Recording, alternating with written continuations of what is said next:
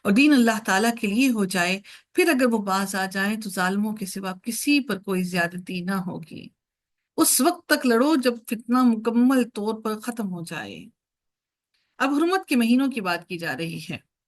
الشہر الحرام بالشہر الحرامی، حرمت والا مہینہ حرمت والے مہینے کا بدلہ ہے اور تمام حرمتوں کا قصاص ہے۔ چنانچہ جو تم پر زیادتی کرتا ہے تو تم بھی اس پر زیادتی کرو جیسی کہ اس نے تم پر کی ہے۔ اللہ تعالیٰ سے ڈرو اور جان لو کہ یقیناً اللہ تعالیٰ متقیوں کے ساتھ ہے۔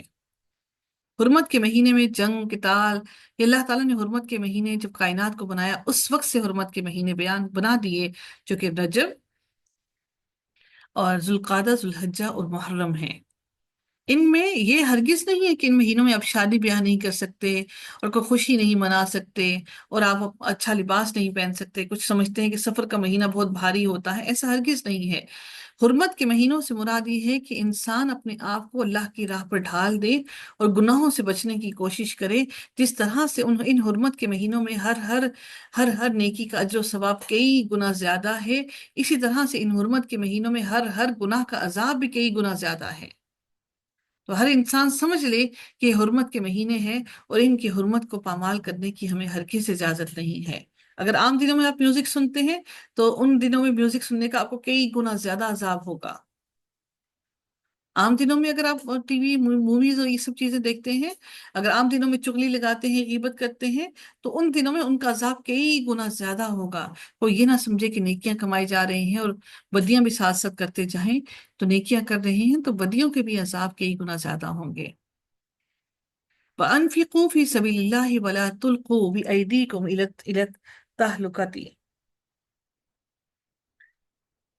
اس کا اندازہ اس بات سے بھی ہوتا ہے کہ صحابہ کرام جو خلفائے راشدین ہیں، ان کے اوقات میں، ان کے وقت میں جب کچھ لوگوں نے اگر شراب پی حرمت کے مہینوں میں، تو ان کو اس لیے ان کو اور انہوں نے جب حدود اللہ سے باہر نکلے تو ان کو ڈبل مارا گیا، اس لیے کیونکہ انہوں نے حرمت کو پامال کیا۔ اللہ تعالیٰ فرماتے ہیں اور اللہ تعالیٰ کی راہ میں خرچ کرو اور اپنے ہاتھوں ہلاکت میں نہ پڑو، اور نیکی کرو، بلا شبہ اللہ تعالیٰ نیکی کرنے والوں سے محبت کرتا ہے، اور حج اور عمرہ اللہ تعالیٰ کے لیے پورا کرو۔ پھر اگر تمہیں روک دیا جائے تو قربانی کا جو بھی جانور میسر ہو ذبح کر دو۔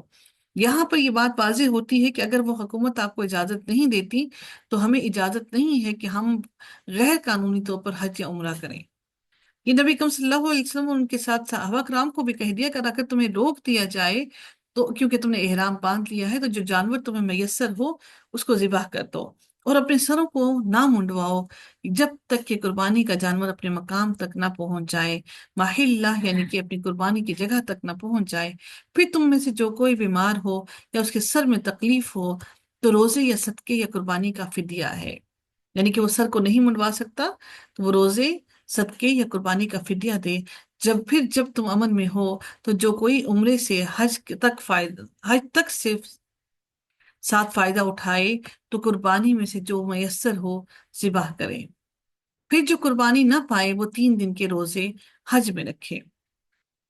اب یعنی کہ اس سے بات وہ ہے کہ اگر عمرہ بھی اس نے کرنا ہے اور اسی ہی ایک یعنی کہ 3 طرح کے حج ہوتے ہیں۔ اب اس نے کیا کیا کہ عمرہ کرنے کے لیے احرام باندھا اور پھر اس نے احرام کو اتار کے پھر اس نے حج کے لیے الگ سے احرام باندھا۔ اب ایک وہ ہے جس عمرے کے لیے اس نے احرام کو باندھا اور اسی ہی احرام کے اندر اس نے حج کو بھی کر دیا۔ ایک حج وہ ہے جس کے اندر اس نے عمرہ کے بغیر ہی صرف حج کیا۔ تو یہ 3 طرح کے حج بیان کیے گئے ہیں۔ تو عمرے سے حج تک ساتھ فائدہ اٹھائے تو قربانی میں سے جو میسر ہو وہ ذبح کرے، اور اگر وہ قربانی نہ پائے تو وہ 3 دن کے روزے رکھے۔ کب؟ حج کے دنوں میں 3 دن کے روزے رکھے، اور 7 دن روزے وہ تب رکھے جب تم واپس اپنے گھروں کو لوٹو۔ یہ پورے 10 دن کے روزے ہیں۔ یہ اس کے لیے ہے جس کے اہل و عیال مسجد حرام کے قریب رہائشی نہ ہوں، اور اللہ تعالیٰ سے ڈر جاؤ اور جان لو بلا شبہ اللہ تعالیٰ بہت سخت عذاب دینے والا ہے۔ حج کے چند مہینے ہیں جو معلوم ہیں، چنانچہ جو شخص ان میں حج فرض کر لے تو حج میں نہ کوئی شہوانی فعل کرے، نہ کوئی نافرمانی کرے اور نہ کوئی لڑائی جھگڑا کرے۔ نہ شہوت کرے اور نہ کوئی لڑائی جھگڑا کرے، اور نہ ہی اللہ تعالیٰ کی کوئی نافرمانی کرے، اور نیکی میں سے جو کام بھی تم کرو گے اللہ تعالیٰ اس کو جان لے گا۔ اور اپنے ساتھ زاد راہ لے لو۔ زاد راہ سے مراد کیا ہے؟ کہ اپنے ساتھ کھانے پینے کا سامان لے لو۔ ایسے ہی اللہ کی راہ پہ نہ چل پڑو کہ اللہ تعالیٰ تمہیں ایسے ہی کہیں نہ کہیں سے اٹھا کر دے دے گا، اللہ تو دے گا ہی، لیکن اللہ نے اپنے لیے زاد راہ لینے کا بندوبست کرنے کا حکم دے دیا۔ اور لیکن سب سے بہترین زاد راہ کیا ہے؟ تقوی ہے۔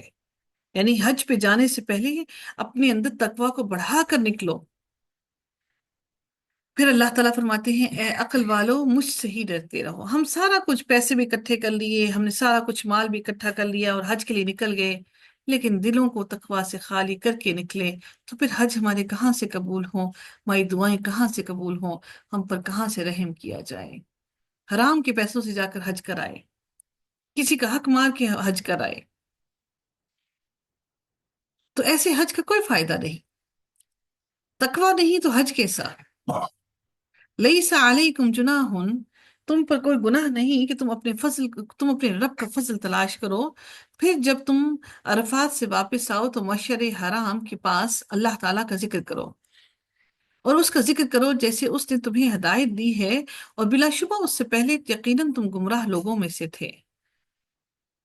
پھر یعنی آپ مینا میں بیٹھو تو اللہ تعالیٰ کا ذکر کرو، مزدلفہ میں ہو تو اللہ تعالیٰ کا ذکر کرو، اللہ تعالیٰ کی حمد و ثنا بیان کرو۔ پھر تم وہیں سے واپس آؤ جہاں سے لوگ واپس آتے ہیں، یعنی عرفات میں بھی وہ لوگ نہیں جاتے تھے، انہیں کہا گیا کہ تم عرفات سے جا کر وہاں سے واپس آؤ اور اللہ تعالیٰ سے بخشش مانگو، یقیناً اللہ تعالیٰ بے حد بخشنے والا، نہایت رحم کرنے والا ہے۔ آپ نے دیکھا کہ یہ اللہ تعالیٰ نے واضح طور پر کھول کھول کر ساری چیزوں کو بیان کیا، کیونکہ حضرت اسماعیل علیہ السلام اور ابراہیم علیہ السلام نے یہ دعا کی تھی کہ اللہ آگے ایسی امت لانا جن کو تو مناسک حج سکھائے۔ تو سبحان اللہ، ہم وہ امت ہیں جن کو اللہ تعالیٰ نے قرآن میں بیان کر کے سکھا دیا کہ مناسک حج ایسے ہیں، تم کو ان کو ایسے ادا کرنا ہے۔ تو اللہ تعالیٰ کو یاد کرو اپنے آباء و اجداد کو یاد کرنے کی طرح، یا اس سے بھی زیادہ۔ یہ لوگ کیا کرتے تھے کہ مینا میں جاتے اور وہاں پر جہاں پر جمرات ہیں وہاں پر مینا میں جاتے اور وہاں پر بیٹھ کے اپنے آباء و اجداد کی قصے کہانیاں سنایا کرتے تھے۔ اللہ تعالیٰ نے کہا کہ یہاں پر اللہ کو یاد کرو، جیسے تم اپنے آباء و اجداد کی قصے کہانیاں یہاں پر کیا کرتے تھے، یہاں پر اللہ کو یاد کرنے کا حکم دیا۔ پھر لوگوں میں سے کوئی ہے جو کہتا ہے اے ہمارے رب ہمیں دنیا ہی میں دے، ربنا آتنا فی الدنیا وما له فی الآخرۃ من خلاق، اس کے لیے آخرت میں کوئی حصہ نہیں، جو صرف دنیا مانگتا ہے اس کے لیے صرف دنیا ہے۔ اور ان میں سے کوئی ایسا ہے جو کہتا ہے کہ اے ہمارے رب ہمیں دنیا بھی عطا کر اور آخرت بھی عطا کر اور ہمیں عذاب سے بچا لے۔ اللہ تعالیٰ فرماتے ہیں ان لوگوں کے لیے اولئک لہم نصیب مما کسبوا، تو ان کے لیے ایک حصہ ہے جو انہوں نے کمایا، اور اللہ تعالیٰ بہت جلد حساب لینے والا ہے، ان کو دنیا میں بھی دیا جائے گا اور آخرت میں بھی دیا جائے گا۔ اور گنتی کے چند دنوں میں سے اللہ تعالیٰ کو یاد کرو، پھر جو شخص دو دنوں میں جلدی کرتا ہے تو اس پر کوئی گناہ نہیں، یعنی کہ مینا سے 2 دن میں ہی واپس چلا جاتا ہے تو جا سکتا ہے، اور جو کوئی تاخیر کرے تو اس پر بھی کوئی گناہ نہیں، اگر وہ اس سے زیادہ رکنا چاہتا ہے تب بھی کوئی گناہ نہیں۔ اس لیے جو اللہ تعالیٰ سے ڈرے اور اللہ تعالیٰ سے ڈرو اور جان لو کہ یقیناً تم اس کی طرف جمع کیے جاؤ گے۔ اور لوگوں میں سے کوئی ہے جس کی بات دنیا کی زندگی میں آپ کو پسند آتی ہے اور جو اس کے دل میں ہے اس پر اللہ تعالیٰ کو گواہ بناتا ہے، حالانکہ وہ جھگڑے میں سخت جھگڑالو ہے، اور جب وہ لوٹ کر جاتا ہے تو زمین میں کوشش کرتا ہے کہ فساد پھیلائے، اور وہ کھیتوں اور نسلوں کو برباد کرتا ہے، اور اللہ تعالیٰ فساد کو پسند نہیں کرتا۔ اور جب اس سے کہا جاتا ہے کہ اللہ تعالیٰ سے ڈرو تو اس کی عزت اور اسے گناہ کے ساتھ پکڑ لیتی ہے، یعنی کہ وہ اللہ کی طرف نہیں آتا، انا پرست ہو جاتا ہے، چنانچہ اس کے لیے جہنم کافی ہے، اور یقیناً وہ بہت ہی برا ٹھکانہ ہے۔ اور لوگوں میں سے کوئی ہے جو اللہ تعالیٰ کی رضامندی کی تلاش میں اپنی جان تک بیچ دیتا ہے، اور اللہ تعالیٰ بندوں پر بے حد نرمی کرنے والا ہے۔ اے لوگو جو ایمان لائے ہو، اسلام میں پورے کے پورے داخل ہو جاؤ، مکمل اپنے آپ کو اللہ کے سپرد کر دو، اور شیطان کے قدموں کے پیچھے ہرگز نہ چلو، یقیناً وہ تمہارا کھلا دشمن ہے۔ پھر اگر اس کے بعد تم پھسل گئے تو تمہارے پاس واضح دلائل آ چکے تھے، تو جان لو کہ یقیناً اللہ تعالیٰ سب پر غالب، کمال حکمت والا ہے۔ اس کے سوا کس کا انتظار کر رہے ہیں؟ اللہ تعالیٰ اور فرشتوں اور ان کے پاس بادلوں کے سائبانوں میں آئیں گے۔ وہ چاہتے تھے کہ اللہ تعالیٰ ان کے سامنے آئے، یا فرشتے ان کے سامنے آئیں، یا پھر ان پر قیامت آ کر نازل کر دی جائے اور کام پورا کر دیا جائے اور اللہ تعالیٰ ہی کی طرف سارے معاملات لوٹائے جاتے ہیں۔ اے نبی، آپ بنی اسرائیل سے سوال کیجئے، پوچھئے ہم نے انہیں کتنی ہی کھلی نشانیاں دی، اور جو کوئی اللہ کی نعمت کو بدل دے اس کے بعد کہ وہ اس کے پاس آ چکی ہوں، تو یقیناً اللہ تعالیٰ بہت سخت سزا دینے والا ہے۔ دنیا کی زندگی ان کے لیے خوشنما بنا دی گئی ہے، مزین کر دی گئی ہے، خوبصورت بنا دی گئی ہے جنہوں نے کفر کیا، اور وہ ان لوگوں کا مذاق اڑاتے ہیں جو ایمان لائے۔ حالانکہ جو لوگ اللہ تعالیٰ سے ڈر گئے وہ قیامت کے دن ان سے بلند ہوں گے، یعنی ان سے بلند ہوں گے، اور اللہ تعالیٰ جن کو چاہتا ہے بے حساب رزق دیتا ہے۔ یہ رزق اللہ کے ہاتھ میں ہے، وہ جس کو چاہتا ہے بے حساب رزق دیتا ہے۔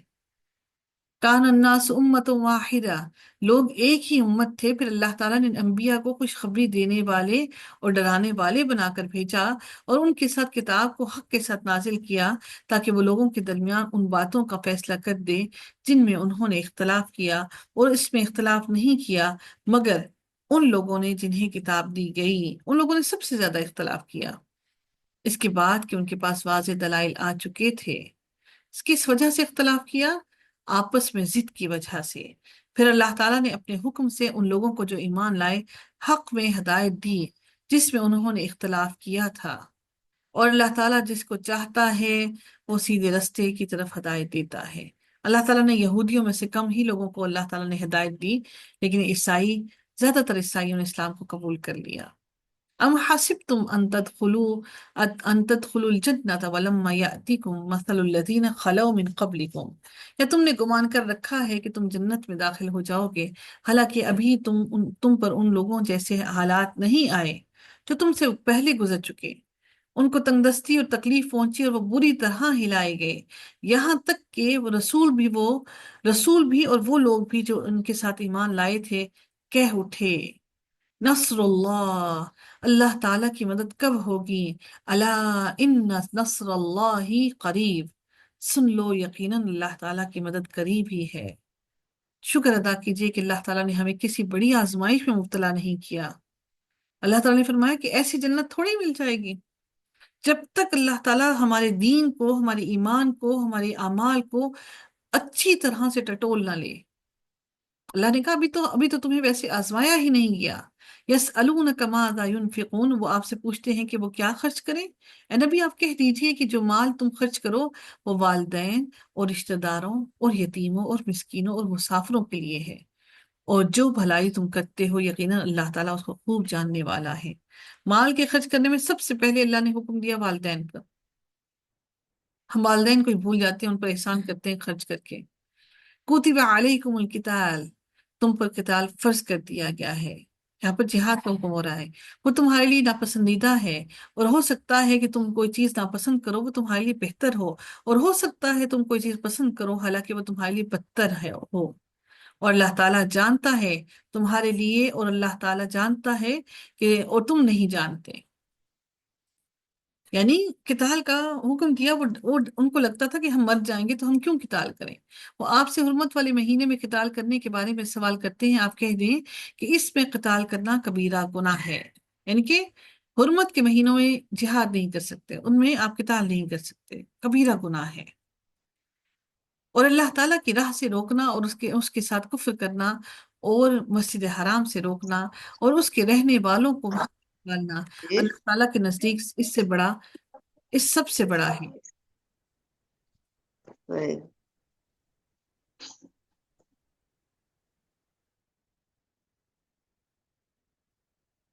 وَلَا يَزَالُونَ يُقَاتِلُونَكُمْ حَتَّى يَرُدُّوكُمْ، اور وہ ہمیشہ تم سے لڑتے رہیں گے حتیٰ کہ اگر وہ استطاعت پائیں تو تمہیں تمہارے دین ہی سے پھیر دیں۔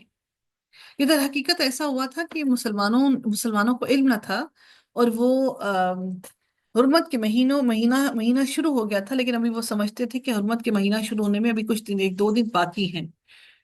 تو اس مہینے میں انہوں نے جب مشرکین مکہ سے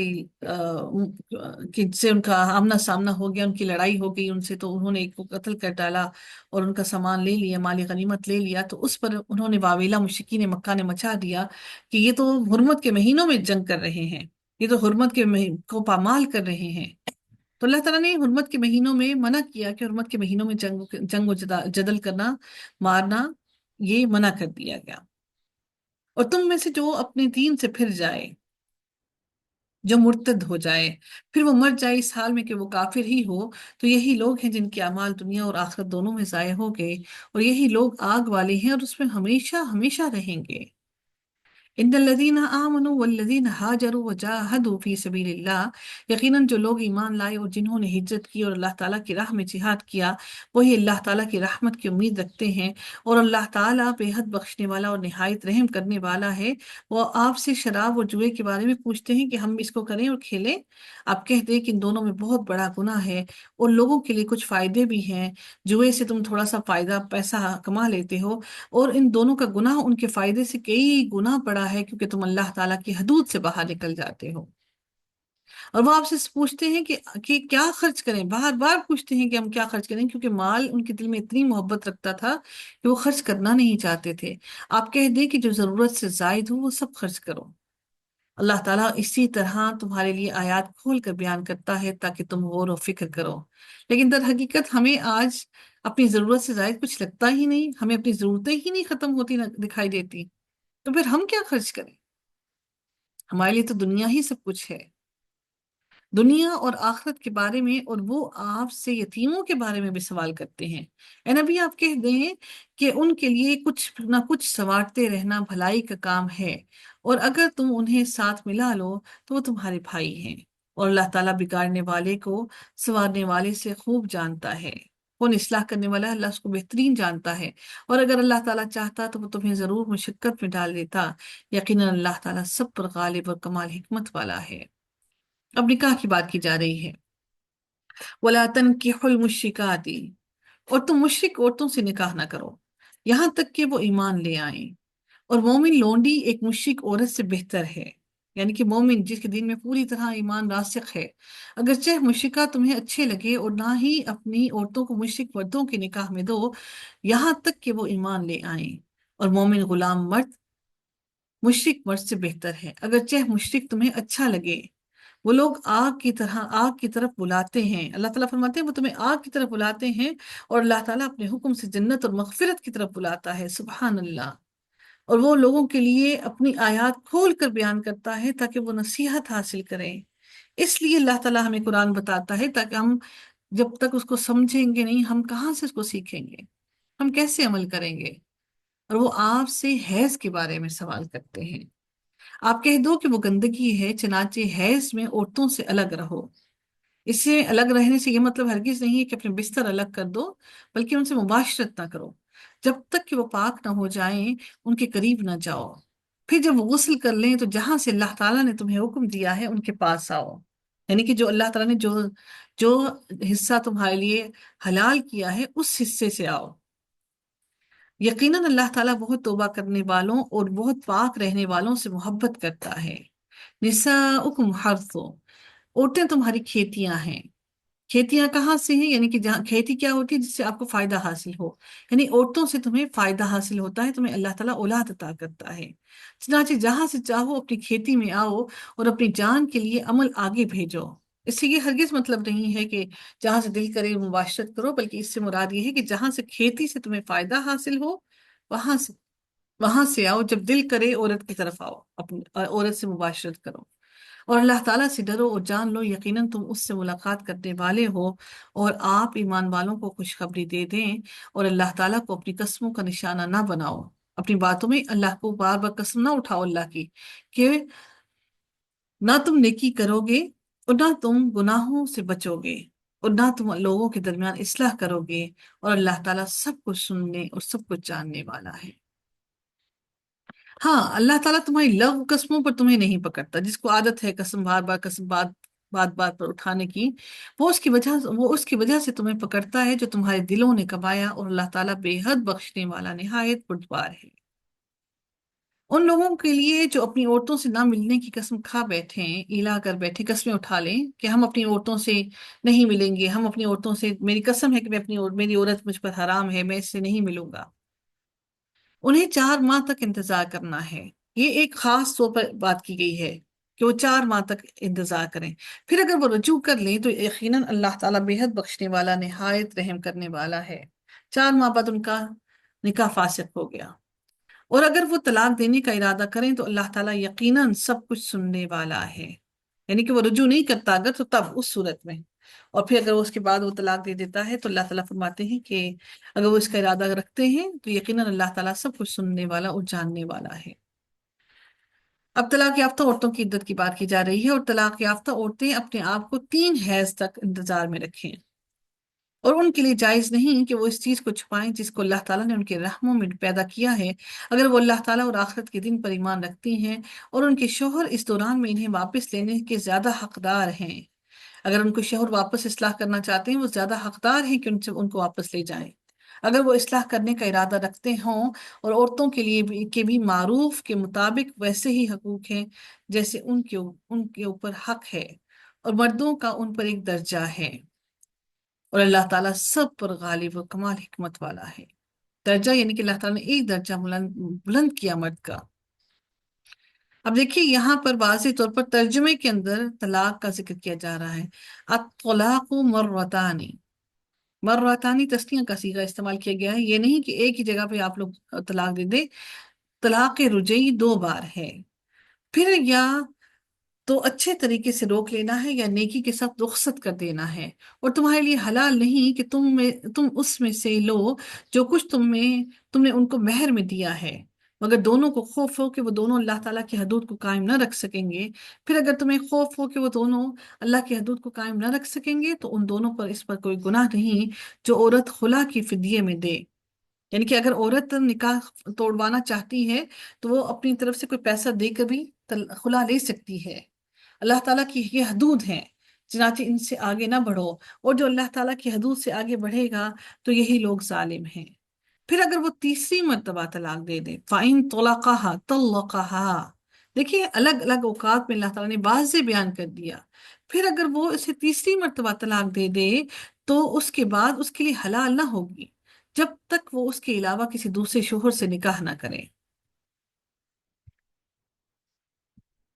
پھر اگر وہ دوسرا شوہر اس کو طلاق دے تو ان دونوں پر کوئی گناہ نہیں کہ وہ دونوں آپس میں رجوع کر لیں، اگر وہ دونوں سمجھیں کہ دونوں اللہ تعالیٰ کی حدود قائم رکھ سکیں گے.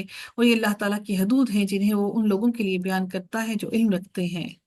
اور جب تم اپنی عورتوں کو طلاق دو بس وہ اپنی عدت کو پہنچ جائیں تو اچھے طریقے سے انہیں روک لو، یا اچھے طریقے سے انہیں چھوڑ دو، اور انہیں تکلیف دینے کے لیے نہ روکو کہ تم زیادتی کرو. اور ایسا کرے جو کوئی ایسا کرے تو یقیناً اس نے اپنی جان پر ظلم کیا. اور اللہ تعالیٰ کی آیات کا مذاق نہ بناؤ. یہ اللہ تعالیٰ نے آیات میں کھول کر بیان کر دیا طلاق کا. اور اپنے اوپر اللہ تعالیٰ کی نعمت کو یاد کرو، اور جو کتاب و حکمت میں سے اس نے تم پر نازل کیا وہ تمہیں اس کے ساتھ نصیحت کرتا ہے. اور اللہ تعالیٰ سے ڈرو اور جان لو یقیناً اللہ تعالیٰ ہر چیز کو خوب سننے والا ہے. اور جب تم عورتوں کو طلاق دو اور وہ اپنی عدت کو پہنچ جائیں تو ان کو نہ روکو کہ وہ اپنے شوہروں کے ساتھ نکاح کر لیں. یہ گھر والوں کو حکم ہے کہ تم ان کو ان کے شوہروں سے نکاح کرنے سے مت روکو. یہ نہ سوچو کہ ہمارا نام خراب ہو جائے گا. یعنی کہ عدت مکمل ہونے سے پہلے کی بات کی جا رہی ہے. ٹھیک ہے. اب یہ بات ہے کہ اگر ایک طلاق ہو گئی اور ایک طلاق کے بعد عدت مکمل ہو گئی ہے تو پھر نکاح کر کے واپس وہ عورت جائز ہوگی. ابھی 2 طلاقیں باقی ہیں. اگر عورت چاہے تو کسی اور سے نکاح کر سکتی ہے، اگر وہ پہلے شوہر سے بھی نکاح کرنا چاہے تو کر سکتی ہے. لیکن 3 طلاقیں ہونے کے بعد وہ جب تک کسی اور مرد سے شادی نہ کرے وہ نکاح نہیں ہو سکتا. جب وہ اچھے طریقے سے آپس میں راضی ہو جائیں، یہ ہے جس کے ساتھ اس شخص کو نصیحت کی جاتی ہے جو تم میں سے اللہ تعالیٰ پر اور یوم آخرت پر ایمان رکھتا ہے.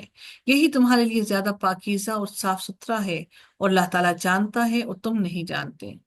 والوالدات یرضعن اولادہن، اب رضاعت کا دودھ پلانے کا اللہ نے بیان کر دیا. اور مائیں اپنی اولاد کو پورے 2 سال دودھ پلائیں. یہ اس لیے ہے کہ جو ارادہ رکھے کہ رضاعت کی مدت کو پورا کرے، یعنی کہ 2 سال، صرف رضاعت کی مدت 2 سال ہے. اور باپ کے ذمے ان عورتوں کو معروف کے مطابق کھانا اور کپڑے دینا ہے کسی شخص کو اس کی طاقت سے زیادہ تکلیف نہیں دی جاتی، نہ کسی ماں کو اس کے بچے کی وجہ سے نقصان پہنچایا جائے، اور نہ ہی باپ کو اس کے بچے کی وجہ سے تکلیف دی جائے، اور یہی ذمہ داری وارث پر بھی ہے۔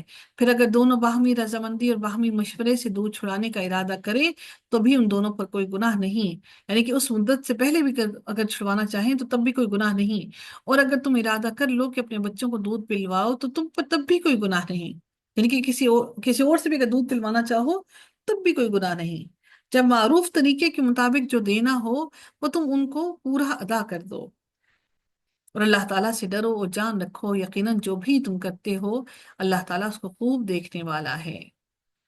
اور جو لوگ تم میں سے وفات پا جائیں اور اپنے پیچھے بیویاں چھوڑ جائیں، اب ان کی عدت کی بات کی جا رہی ہے، وہ اپنے آپ کو 4 ماہ اور 10 دن تک انتظار میں رکھیں۔ جب وہاں پر بات کی گئی تھی حیض کے بارے میں، حیض کے وقت میں، یعنی اب اس میں ایک اور بڑی اہم پہلو ہے کہ اگر شوہر کی بیوی سے مباشرت ہوئی ہے، یہ وہ وقت ہو طلاق کا کہ آپ کی اپنی اس شوہر کی بیوی سے مباشرت نہ ہوئی ہو، ٹھیک ہے، تو اس وقت میں وہ شوہر بیوی کو طلاق دے، اور حیض کے وہاں پر حکم دیا گیا تاکہ حیض سے پتہ چل جائے کہ کوئی بچہ ہوا ہے یا نہیں ہوا۔ یہاں پر حکم دیا گیا، اللہ تعالیٰ نے بیوہ عورت کی مدت کا حکم دیا کہ 4 ماہ 10 دن کا، یہاں پر مہینہ کا ذکر کیا گیا ہے۔ پھر جب وہ اپنی عدت کو پہنچ جائیں تو جو کچھ وہ اپنی ذات کے بارے میں معروف طریقے سے کریں تو تم پر کوئی گناہ نہیں، اگر وہ یعنی کہ کسی اور سے نکاح کرنا چاہتی ہیں تو ان پر کوئی گناہ نہیں ہے، اور اللہ تعالیٰ ان کاموں سے پوری طرح سے باخبر ہے جو تم عمل کرتے ہو، اور تم پر کوئی گناہ نہیں کہ تم ان عورتوں کو اشارتاً نکاح کا پیغام دو۔ ابھی وہ عدت میں ہے، اشارتاً یعنی کہ کھلم کھلا جا کے نہ کہو کہ ہاں جی میں تم سے نکاح کر لوں گا یا نہیں، نہیں، اشارتاً کہ میرا ارادہ ہے کہ میں کسی اچھی عورت سے یا نکاح کر لوں، یا اس طرح کی بات کی جائے، یا اپنے دل میں چھپاؤ اس بات کو۔ اللہ تعالیٰ نے جان لیا ہے کہ تم لازماً انہیں ضرور یاد کرو گے، لیکن تم ان سے کوئی پوشیدہ عہد و پیمان نہ کرو، مگر یہ کہ تم معروف بات کہو اور عقد نکاح کا ارادہ نہ کرو یہاں تک کہ عدت اپنی انتہا کو پہنچ جائے، اور جان لو اللہ تعالیٰ یقیناً جانتا ہے جو کچھ تمہارے دلوں میں ہے، لہٰذا تم اس سے ڈر جاؤ اور جان لو اللہ تعالیٰ بے حد بخشنے والا اور نہایت رحم کرنے والا ہے۔ تم پر کوئی گناہ نہیں اگر تم عورتوں کو طلاق دے دو کہ تم نے انہیں ابھی چھوا نہ ہو، ہاتھ نہ لگایا ہو، یا ان کا مہر تک مقرر نہ کیا ہو، اور ان کو کچھ سامان دے دو، خوشحال پر اس کی کشائش کے مطابق اور تنگ دست پر اس کی حیثیت کے مطابق معروف طریقے سے ساز و سامان دینا ہے۔ نیکی کرنے والوں پر یہ حق ہے۔ ہم سمجھتے ہیں کہ بیٹے کو لوٹ کر کھا گئی، وہ انہوں نے شاید نکاح ہی اسی لیے کیا تھا کہ انہوں نے کچھ لینا تھا، یہ تو نیکی کرنے والوں پر حق ہے ایسا دینا۔ اور اگر تم نے انہیں طلاق دے دی اس سے پہلے کہ تم نے انہیں ہاتھ لگاؤ، تم انہیں ہاتھ لگاؤ اور تم ان کے لیے حق مہر تم نے مقرر کر لیا، وہاں پہ حق مہر مقرر نہیں کیا تھا، یہاں پہ مقرر ہو گیا ہے، تو جو تم نے مقرر کیا اس کا نصف لازم ہے تم پر کہ تم ان کو دو، مگر یہ کہ وہ خود اگر عورتیں معاف کر دیں یا وہ مرد معاف کر دے جس کے ہاتھ میں نکاح کی گرہ ہے، یعنی کہ وہ پورا ہی دینا چاہتا ہو، اور تقویٰ کے زیادہ قریب یہی ہے کہ تم معاف کر دو اور آپس میں فضل کو فراموش نہ کرو۔ مرد کے لیے بہتر ہے کہ وہ پورا ہی دے دے، اللہ اس کو اور عطا کرے گا، یقیناً جو تم کرتے ہو اللہ تعالیٰ اس کو خوب دیکھنے والا ہے۔ اب اللہ تعالیٰ فرماتے ہیں کہ نمازوں کی حفاظت کرو، کیونکہ نماز کی حفاظت کرو گے تو اللہ کا خوف دل میں ہوگا، خصوصاً درمیانی نماز کی یعنی کہ عصر کی نماز کی، اور اللہ تعالیٰ کے لیے فرما بردار بن کر کھڑے ہو جاؤ۔ پھر اگر تمہیں خوف ہو تو پیدل یا سوار ہو کر پڑھ لو، پھر جب امن میں آ جاؤ تو اللہ تعالیٰ کو ایسے ہی یاد کرو جیسے اس نے تمہیں سکھایا ہے، یعنی کہ خوف کی حالت میں جنگ کے علاقے میں ہو تب۔ اور تم میں سے جو لوگ فوت ہو جائیں اور بیویاں چھوڑ جائیں تو ان پر لازم ہے وہ اپنی بیویوں کے لیے 1 سال تک سامان دینے اور انہیں نکالنے کی وصیت کریں، یعنی کہ پہلے فوراً ہی نکال دیتے تھے گھروں سے، تو انہوں نے پہلے 1 سال تک ان کو ٹھکانہ اللہ نے دے دیا کہ 1 سال تک کم از کم وہ عورتیں اسی گھر میں رہیں اپنے سسرال میں۔ پھر اگر وہ نکل جائیں تو تم پر کوئی گناہ نہیں، یعنی کہ وہ اگر اپنے سسرال سے 1 سال تک نکل جائیں، پھر اللہ تعالیٰ نے بیوی کا بعد میں حصہ مقرر کر دیا کہ بیوی کا حصہ کتنا ہے، یہ اس وقت کی بات ہے جب حصہ مقرر نہیں تھا۔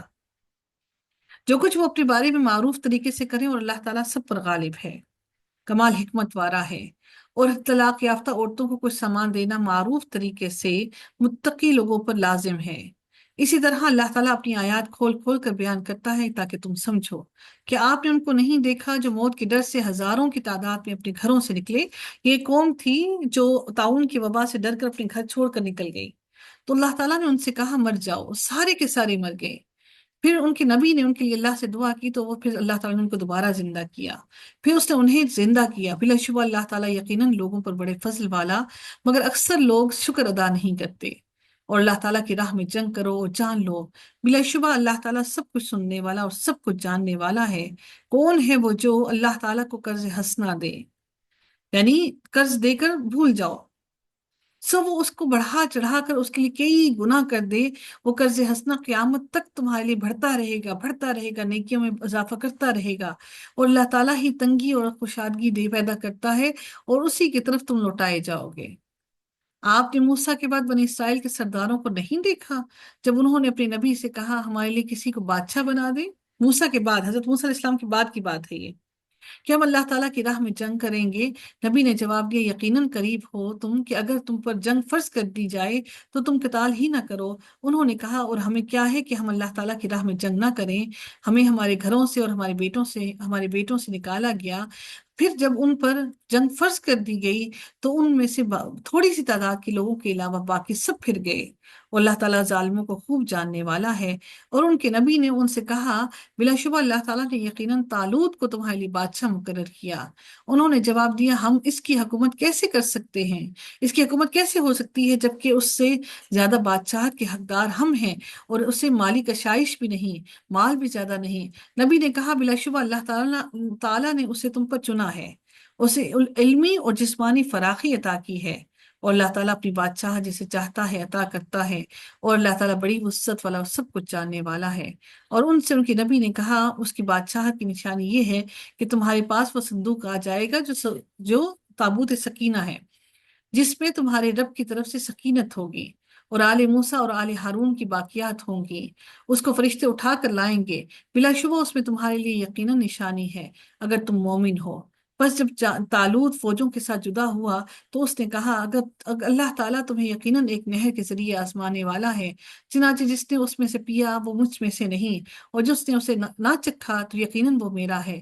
مگر جو کوئی اپنے ہاتھ سے ایک چلو بھر پانی پی لے تو ان میں سے تھوڑے لوگوں کے سوا سب نے پیا. چنانچہ جب طالوت نے ان لوگوں نے جو اس کے ساتھ ایمان لائے انہوں نے دریا پار کر لیا تو